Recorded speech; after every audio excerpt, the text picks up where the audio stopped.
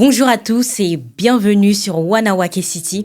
On se retrouve encore une nouvelle fois pour une nouvelle vidéo toujours sur l'identité, mais cette fois-ci on traitera le thème des blessures de l'âme. Je suis accompagnée d'une invitée que je ne présente plus, qui n'est plus à présenter. Elle est ici et c'est Keila. Bonjour Keila. Bonjour. Comment tu vas? Ça va et toi? Ça va, merci.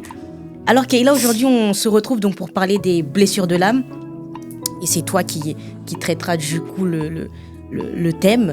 Avant de commencer, j'aimerais que tu parles un peu de toi, tu te présentes pour ceux qui ne te connaissent pas. Ok.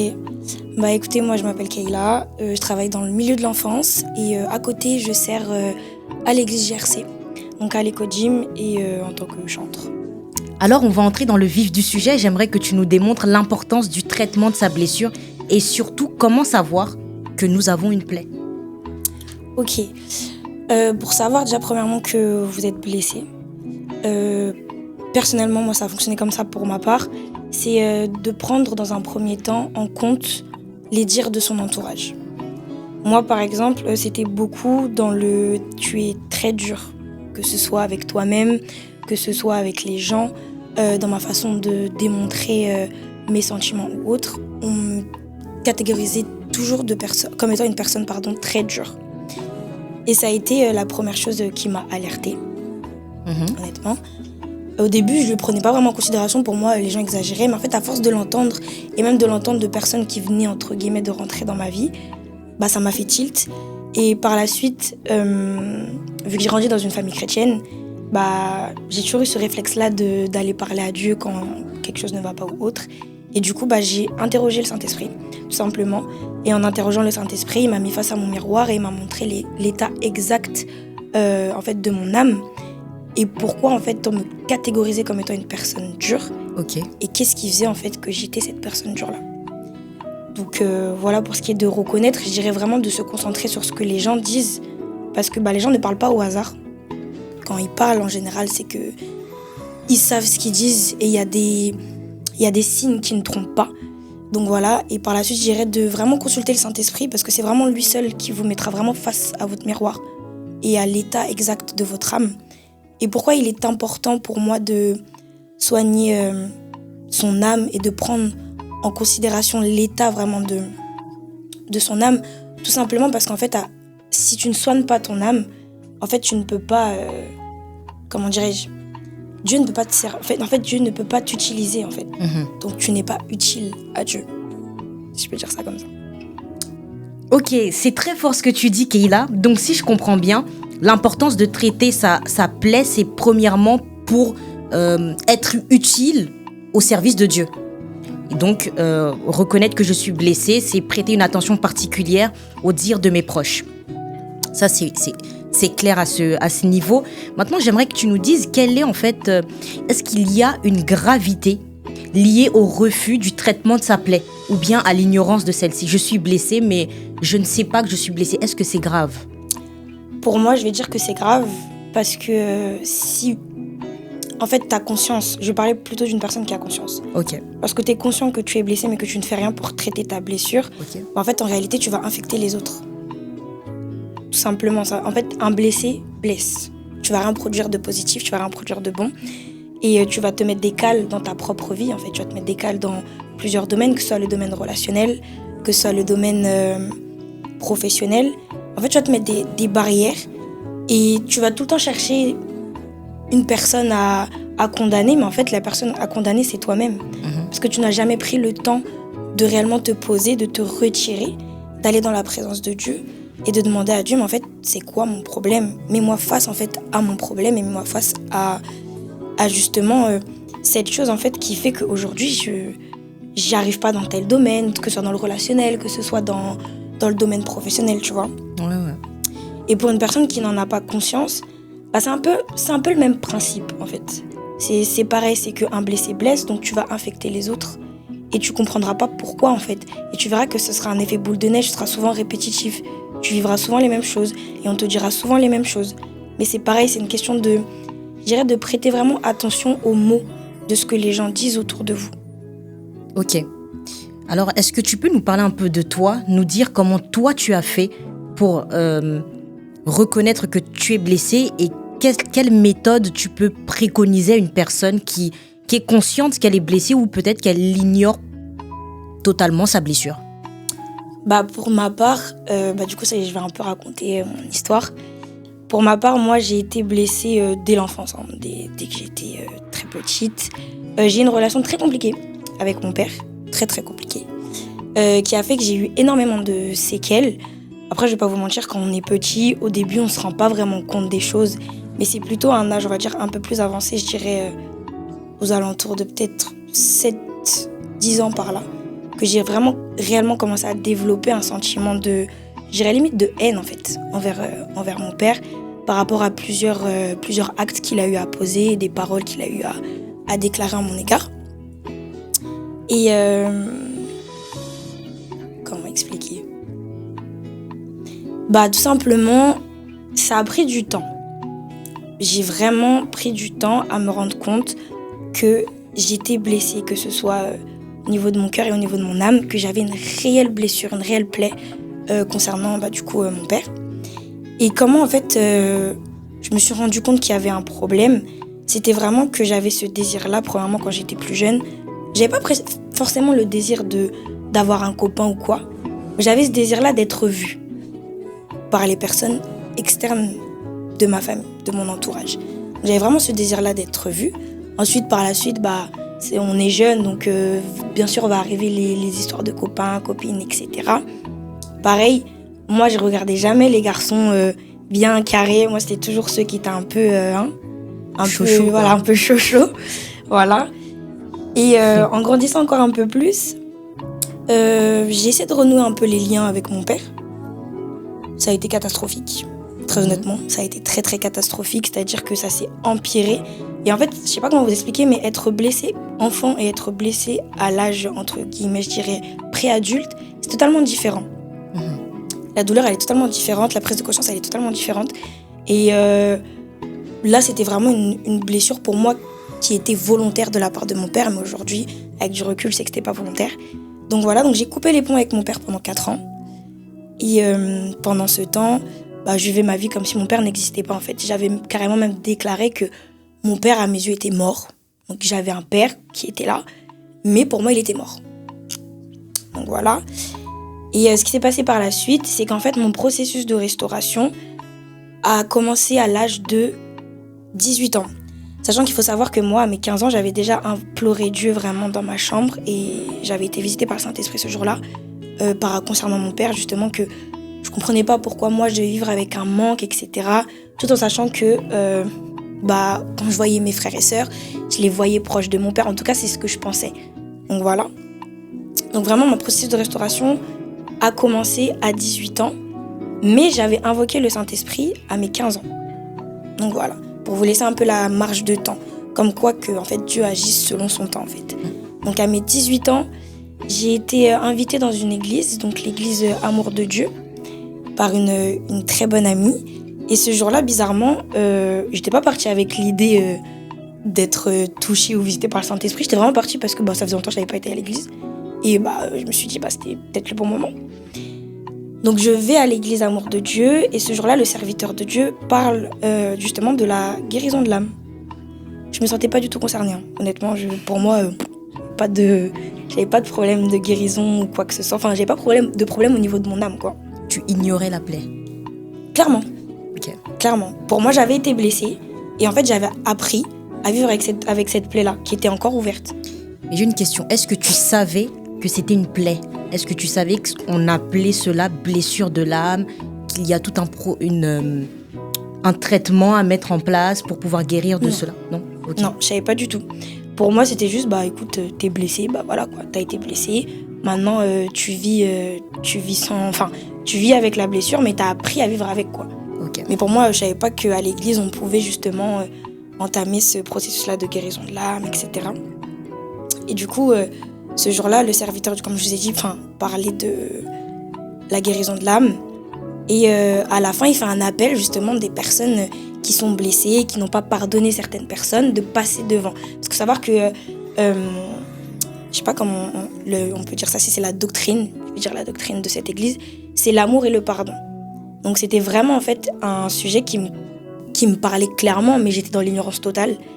Et du coup, mon ami me pousse et me dit moi, je pense que ce sujet te concerne. Je vais pas vous mentir, je l'ai vu grave en bizarre. Et c'est trop bizarre à expliquer, mais à l'intérieur de moi, c'est comme si aussi, en fait, le Saint-Esprit qui était en moi me faisait ressentir une espèce de gêne.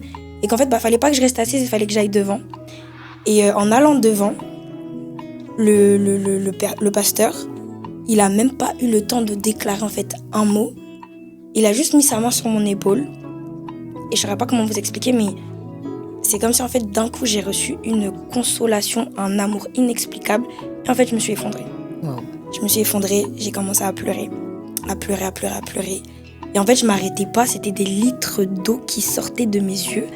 Mais vraiment genre ça s'arrêtait pas. Et du coup par la suite, j'ai été voir une servante à la fin du culte qui en fait m'avait demandé de venir la voir à la fin. Et c'est de là qu'a commencé, entre guillemets, on va dire, mon processus de guérison. Donc elle a commencé à me dire oui, lorsque le pasteur a prié pour toi, j'ai ressenti que justement tu n'avais pas pardonné ton père alors que j'en avais pas parlé. Wow. Tu n'avais pas pardonné ton père. Il est important pour ta délivrance à toi de pardonner ton père parce que ta délivrance en réalité, enfin plutôt ta restauration, pardon, en réalité n'est pas une restauration que pour toi, mais en fait ta restauration va servir aussi à quelqu'un plus tard, elle va servir à d'autres personnes. Et je vais pas vous mentir, quand elle m'a dit ça, j'ai entendu, j'ai écouté, mais ça me regardait pas. Moi, là où j'étais, j'avais mal et je voulais d'abord guérir pour moi, pas forcément pour les autres. Et par la suite, après ça, j'ai pris la décision d'écrire à mon père, après 4 ans, du coup, j'ai pris la décision d'écrire à mon père et de poser l'acte de pardon. Ce qui était trop bizarre, c'est que le Saint-Esprit me mettait vraiment à cœur de moi m'excuser. Alors que moi, dans ma tête, c'était pas à moi de m'excuser. C'était à mon père de m'excuser, c'est lui qui m'a fait mal. Moi, je lui ai jamais fait mal. Et en fait, c'était une manière en fait, de m'enseigner déjà l'humilité. Donc, humilie-toi, c'est pas grave. Demande pardon, c'est ton père. J'ai demandé pardon, j'ai fait ce que le Saint-Esprit m'a demandé de faire. Derrière, je me suis mangé un mur. Très clairement, je me suis mangé un mur. Mon père m'a encore plus fait mal qu'au départ. Et en fait, je commençais en fait à développer entre guillemets une colère envers Dieu parce que je me suis dit, mais là-bas, je pleure. Tu me dis, pose l'acte du pardon, je pose l'acte du pardon. Après, je me reprends un mur. En fait, au final, c'est quoi le jeu là ? Je comprends pas trop. Et je me suis retirée encore. Je me suis retirée encore de l'église, pardon. Et par la suite, j'ai recommencé à fréquenter une église où j'ai commencé à servir. Mais pareil, en fait, je servais. Mais je sais pas comment vous expliquer, je servais, mais je sentais au-dedans de moi. Et là, j'avais pris conscience que vraiment, en fait, j'étais blessée. Et c'est comme si, en fait, je n'avais pas d'aide autour de moi pour justement atteindre cet objectif-là, d'être guérie. Parce que je ressentais au-dedans de moi ce désir-là, en fait, de guérir. Malgré le fait que j'étais en colère contre Dieu. Hein. Ce qui est bizarre d'ailleurs, parce que je le servais. Enfin bref, ça n'a aucun sens. Mais du coup, ce jour-là, pareil, j'étais du coup dans l'église où je servais. Et en fait, une amie à moi a visité l'église où je suis actuellement, donc l'église GRC. Et elle m'a dit, oui, faut vraiment que tu viennes dans cette église parce que je pense vraiment que ta place est là-bas. Pour moi, c'était pareil. Je me suis dit, qu'est-ce qu'elle raconte ? Je sers déjà dans l'église où je suis. Enfin, je comprends pas. Mais je me dis, bon, je vais quand même y aller par curiosité. J'y suis allée. Et quand j'y suis allée, le serviteur qui était là pour la première fois, je crois, que je ne connaissais pas du tout, m'a ramenée devant. Et pareil, il m'a fait comprendre qu'en fait, ici, c'était ma place. Et que tout ce que je recherchais, j'allais les trouver là-bas. Donc à GRC. Du coup, j'ai commencé à aller régulièrement à GRC. J'ai quitté mon ancienne église et je me suis attachée en fait à cette église, à cette famille aujourd'hui. Et par la suite, au travers de plusieurs songes, de plusieurs visions, en fait, le Saint-Esprit me montrait que mon processus de guérison allait se faire avec ma maman pasteur actuelle, donc l'évangéliste Daniela Chiwantesa. Et ça s'est passé comme ça. J'ai vécu une histoire dans cette église qui a été pour moi le chemin qui m'a emmené vers du coup la restauration totale par rapport à mon père. Donc à la suite de cette histoire, j'ai justement entamé le processus de guérison avec ma maman pasteur. Et comment ça s'est fait? Ça s'est fait par des exercices d'écriture. Donc, elle m'a pris un entretien. Ce que j'ai beaucoup aimé, c'est que ça a été comme un entretien avec une psy. Ça n'a pas été en fait un entretien où directement elle me parle et elle me dit « Oui, tu sais, ma fille, le Saint-Esprit ». Non, ça a vraiment été quelque chose de très terre-à-terre où en fait elle s'est assise, elle a pris un cahier, elle m'a écoutée. J'ai vidé mon cœur et j'ai raconté tout ce que j'ai vécu, que ce soit de mon bas âge jusqu'à aujourd'hui. Je lui ai tout raconté et elle écrivait tout. Et à la fin, elle me dit « Je t'ai entendu, mais maintenant je veux qu'on fasse un exercice, je veux que tu écrives toi-même tout ce que tu as eu en fait à vivre. » Et elle m'a dit, en sortant, avant de sortir, elle m'a dit « Tu verras, ça va faire mal, mais t'es obligé de passer par là pour guérir. » Et au début, je rejetais un peu cette idée d'écrire, de retranscrire en fait tout ce que j'avais eu à vivre, parce que pour moi, je trouvais ça, je vais pas mentir, mais je trouvais ça un peu bête en fait. Pour moi, je me disais, bah ça y est, j'ai parlé, c'est bon, j'ai confessé, je suis libre. Mais non, en fait, j'étais libre à moitié. Et quand j'ai fait l'exercice qu'elle m'a demandé, effectivement, je me suis mise à pleurer dans ma chambre et je me suis effondrée encore à nouveau. Et c'était la deuxième partie en fait de ma restauration, si je peux dire ça comme ça. Ok. Et tout s'est fait en fait ce jour-là dans ma chambre où j'ai écrit. J'ai écrit tout ce que j'ai vécu, toutes les paroles que j'ai pu entendre sur ma personne, venant de mon père, etc. Et par la suite, en fait, le Saint-Esprit a commencé à me donner des sujets de prière. Et pendant plusieurs mois, en fait, mes sujets de prière étaient, oui, certes, Seigneur, je te remercie parce que tu as renouvelé tes bontés, etc. Mais c'était aussi beaucoup centré sur la guérison de mon âme. Et sur plein de sujets concernant les paroles qui ont pu être déclarées et des actes aussi qui ont pu être posés. Donc voilà. Et à la fin, je me suis rendu compte que vraiment, en fait, j'étais libre. Et aujourd'hui, je peux le dire très clairement et haut et fort, j'aime mon père, chose que je pouvais jamais dire auparavant. Aujourd'hui, je peux le dire, j'aime mon père et je lui en veux vraiment pas sur tout ce qu'il a pu faire et tout ce qu'il a pu dire, parce qu'en fait, j'ai juste pris conscience par la grâce de Dieu que en fait, mon père était aussi une personne blessée et que, comme j'expliquais un peu plus haut dans l'interview, que en fait, une personne blessée blesse et tu vas rien produire de bon en fait. Et en réalité, tout ce qu'il a eu à me faire vivre, ce n'est que le fruit de ce que lui-même, en fait, il a eu à vivre dans le passé à un degré peut-être un peu plus différent. Donc voilà. Très fort, très édifiant. Je suis convaincue que ça a édifié une personne qui nous regarde. Et ton témoignage me fait comprendre que, en réalité, nous ne guérissons pas pour nous uniquement, mais pour les gens. C'est ça. Il y a peut-être une personne qui attend que tu te lèves. Il y a peut-être une nation qui attend que tu te lèves. Que tu reconnaisses que tu es blessé, que tu entames ton processus de guérison et que tu sois complètement restauré pour répondre présent à l'appel de Dieu pour ta vie. Je pense que vous l'avez compris lors de la première vidéo, nous ne sommes pas venus au monde uniquement pour vivre notre vie. Il y a une mission, il y a un but.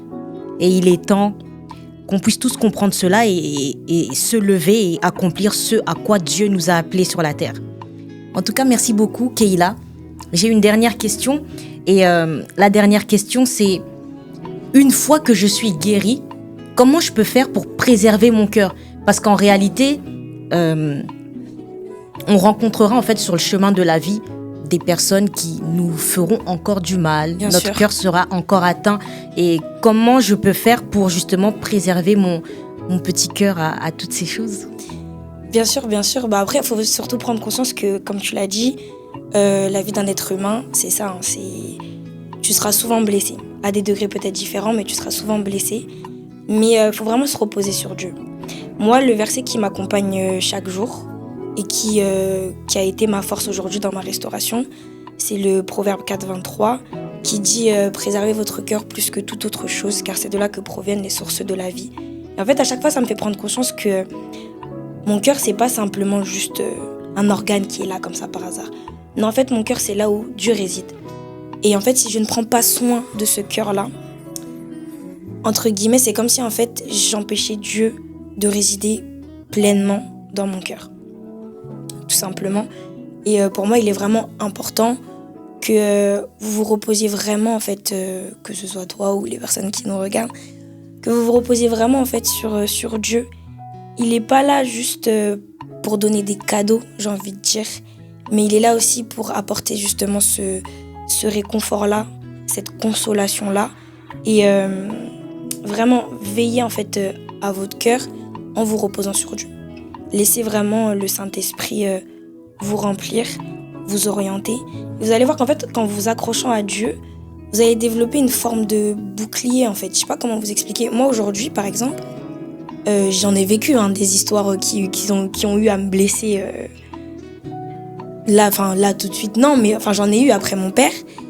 Et honnêtement, ça a moins eu d'impact au niveau de mon cœur et au niveau de mon âme que quand, en fait, je mettais Dieu de côté. L'erreur qu'en tout cas, j'ai remarqué que les jeunes, nous faisons souvent, c'est vraiment de repousser Dieu, en fait. Dès lors où on est blessé, dès lors où on a mal, on repousse Dieu, mais au contraire, en fait, faut pas le repousser. Dès que t'as mal, va, en fait, dans sa présence, va le chercher, cours après lui. Parce qu'en fait, il y a que lui, en fait, qui saura vraiment t'armer de ce bouclier-là, qui va créer un mur entre la flèche que tu es censé recevoir au niveau de ton cœur et ton cœur, en fait. Donc voilà, pour moi, c'est juste attachez-vous à Dieu. Il n'y a vraiment que lui qui peut vous préserver, vous protéger et qui va vous épargner, en fait, de blessures plus graves que ce que vous étiez censé avoir, si je peux dire ça comme ça. Donc, d'accord, voilà. Ok. En tout cas, ça a été très clair, bien détaillé, percutant aussi. Si je peux faire un petit résumé, je vais plutôt parler de la méthode à utiliser pour guérir que tu as préconisé en prenant en compte ce que toi tu as fait. Ça a été en fait de prendre une feuille et commencer à noter tout ce que j'ai vécu depuis mon plus jeune âge jusqu'à présent. C'est ça. Et une fois que cette personne aura écrit toutes ces choses, qu'est-ce qu'elle fait après ? Est-ce qu'elle a quelque chose à faire après ou elle est guérie directement ? Moi, ce que j'ai fait, après, c'est la foi. Je vais vous dire la vérité, c'est la foi. L'acte que j'ai posé, c'est clairement un acte de foi. C'est qu'une fois que maman pasteur, elle m'a dit d'écrire, donc je l'ai écrit par mail, donc elle l'a lu. Et moi, je l'ai écrit sur une feuille. Quand je l'ai écrit sur une feuille, ce que j'ai fait, c'est que j'ai dit, ok, je veux ma guérison, donc je vais la voir, cette guérison. On m'a demandé d'écrire, je vais écrire, mais je vais brûler cette feuille. Et de la même manière où je brûle cette feuille, toutes ces blessures-là, elles brûlent aussi et elles me quittent. C'est ce que j'ai fait. Et par la suite, comme je vous ai dit, c'est engendré en fait le processus de guérison où justement le Saint-Esprit m'a donné des sujets de prière. Et à la fin des fins, j'ai été libérée de toutes les blessures que j'avais concernant mon père. Donc, pour moi, si ça peut aider une personne, je dirais écris autant de fois que tu peux, retranscris tes émotions sur une feuille et à la fin, brûle-la. Dis-toi que, ok, j'ai eu mal. En fait, cette douleur, elle peut pas prendre autant de place dans ma vie. Ok, j'ai eu mal, mais je décide de me débarrasser de cette douleur. Donc vraiment, je dirais oui. Écris, brûle la feuille. Brûle la feuille parce qu'en fait, quand tu brûles, pour moi, c'est ce que je me suis dit. Quand j'ai brûlé cette feuille, je me suis dit c'est un nouveau départ. Amen. Et c'est ce qui s'est passé. J'ai brûlé cette feuille, ça a été un nouveau départ, j'ai été guérie. Et je pense que si Dieu a pu le faire avec moi, il est capable de le faire avec toi. Amen. Et avec toi. Et je suis convaincue que ce conseil va servir à quelqu'un. Même s'il ne sert pas à 15 000 personnes, juste à une personne, à cette personne-là qui a besoin d'entendre ça, je suis convaincue que cette personne-là, elle va recevoir sa guérison au travers justement de ce conseil-là. Donc écris, brûle la feuille et surtout parle. Ne gardez rien dans votre cœur, parlez, c'est important. Si vous n'arrivez pas à parler à une personne de votre entourage, parlez à un psychologue. Si vous n'avez pas de maman pasteur ou autre, allez voir un psychologue. Il n'y a rien de honteux d'aller voir un psychologue, que ce soit en tant que chrétien ou non chrétien. Au contraire, si ils ont ces qualités, ils ont été qualifiés de psychologues, ce n'est pas au hasard, c'est qu'ils ont les capacités en fait de vous emmener vers cette voie-là également de la guérison.